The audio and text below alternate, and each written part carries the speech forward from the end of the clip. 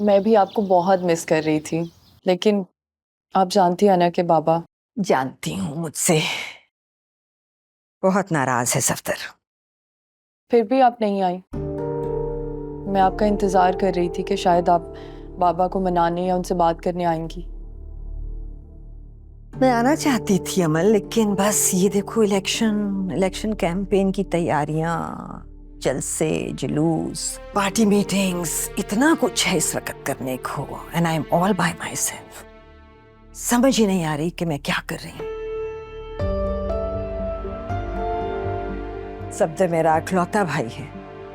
मुझे दुनिया में जितनी मोहब्बत सफदर से है शायद किसी और से नहीं है। तुम दोनों मेरे बहुत प्यारे हो, मुझे बहुत अजीज हो, मेरे दिल के बहुत करीब हो।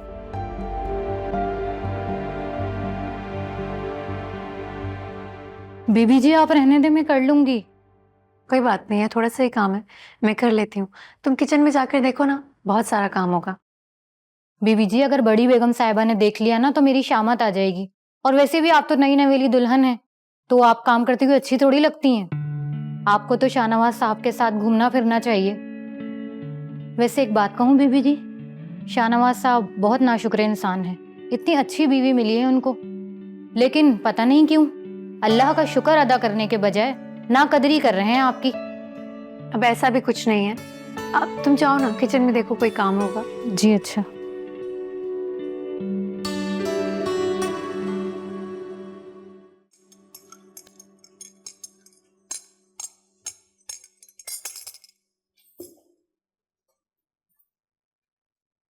बात सुनो, ये तुम राफे से क्या बातें कर रही थी?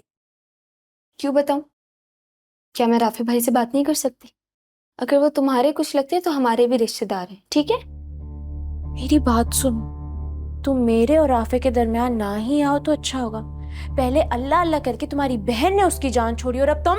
पुरुष, मैं अपनी बहन के लिए एक लफ्ज नहीं सुनूंगी। तुमसे तो बहुत ही बेहतर हैं वो। तुम्हारी तरह मुनाफकत नहीं करती, जो है वो मुंह पर ही है। मेरी बात सुनो तुमसे तो मैं बाद में बात करती हूँ। ओके। क्या हुआ है, ये इतने गुस्से में क्यों गई है? मी, आपको तो पता है इसका मुंह ही ऐसा है, हर छोटी छोटी बात पे बन जाता है। मुझे क्या पता किस बात पे मुंह बना के गई है, छोड़े।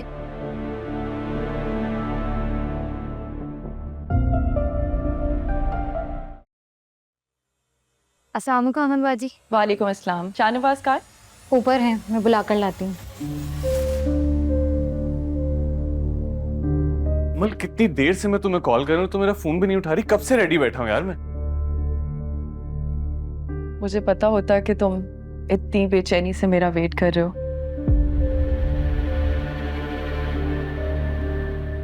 तो उड़कर चली आती।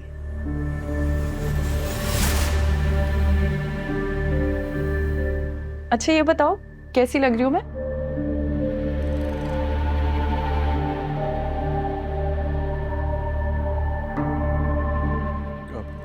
हमेशा की तरह अच्छी। हाउ स्वीट, तुम हमेशा मेरी इतनी तारीफ करते हो।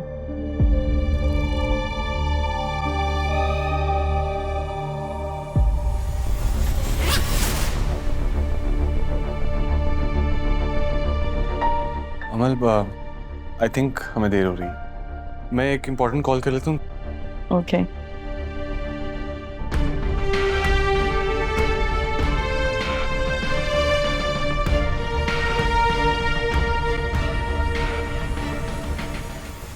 सुनो, मैं तो तुम्हें बहुत समझदार समझती थी। मुझे लगा तुम बहुत अक्लमंद हो, लेकिन शाहनवाज ने तो तुम्हें बड़ी आसानी से बेवकूफ बना लिया। मैं अक्लमंद हूँ तभी इस घर में खड़ी हूँ, लेकिन तुम किस हैसियत से खड़ी हो इस घर में? ऐसे क्या देख रही हो? तरस आ रहा है मुझे तुम पर। शाहनवाज ने तुम्हें अपनी बीवी तो बना लिया, लेकिन वो तुम्हें अपनी बीवी का दर्जा नहीं दे सका। बहुत अफसोस हो रहा है मुझे। बहुत हमदर्दी हो रही है मेरे लिए, पर एक काम करो, ये हमदर्दी तुम अपने लिए संभाल कर रखो, क्योंकि मुझे तुम्हारे लिए बुरा फील हो रहा है। मेरे पैरों के नीचे जमीन भी है और सर पे छत भी। लेकिन तुम कहीं बीच में लटकी हुई हो, इसलिए जो अफसोस मेरे लिए कर रही हो वो अपने लिए करो। जाओ, जाकर अपना काम करो और शाह को एंटरटेन करो। क्यों, अब क्या हुआ?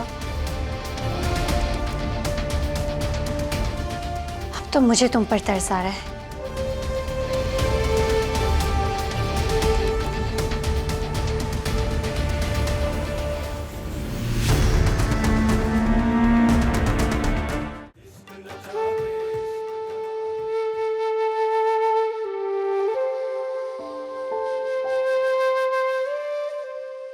अस्सलाम वालेकुम मम्मी। वालेकुम सलाम। कैसी हो मेरू बेटा?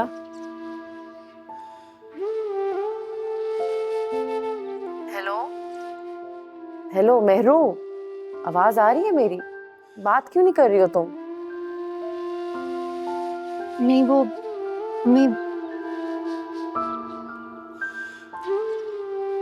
मैं बिल्कुल ठीक हूँ। क्या हुआ मेरू? वहां सब खैरियत तो है ना? जी, सब ठीक है। बस आप लोगों की बहुत याद आ रही है।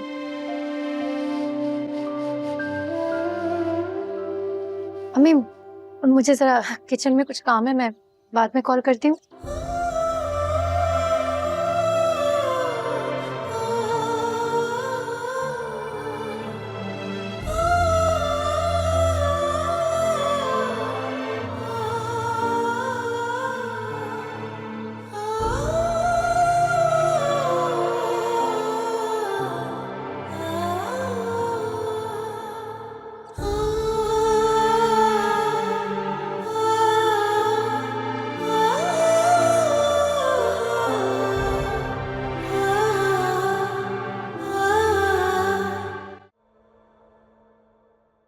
अम्मी,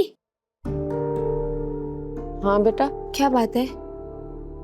कुछ सोच रही हैं क्या? परेशान लग रही हैं आप। पता नहीं बेटा, मेरा दिल घबरा रहा है। अभी मेहरू से बात हुई थी, कुछ सही नहीं लगा मुझे।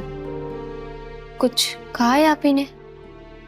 नहीं, मेहरू ने कुछ कहा तो नहीं, लेकिन मुझे उसकी आवाज से लग रहा था जैसे वो नाखुश है। ऐसे कैसे हो सकता है अम्मी? वो बहुत खुश हैं और शाहनवाज भाई तो उनका बहुत ख्याल रखते हैं। मेरी कल ही बात हुई थी, वो तो कह रही थी सब ठीक है, और उनकी सास बहुत अच्छी, उनका बहुत ज्यादा ख्याल रखती है, वो बहुत खुश है वहां पर। मत सोचें ऐसा। अच्छा, एक काम करते हैं, मैं और आप ही के घर चलते हैं। आप ही से मिल भी लेंगे और आपके दिल को भी सुकून आ जाएगा। मेहरू के घर? नहीं बेटा, मैं वहां नहीं जाना चाहती। आप क्यों? बार बार बेटियों के घर जाना अच्छी बात तो नहीं होती ना। और फिर वो फायजा भी तो आ रही है ना। तुम एक काम करो, गोश्त निकाल दो, मैं बस किचन में आती हूँ। अच्छा ठीक है।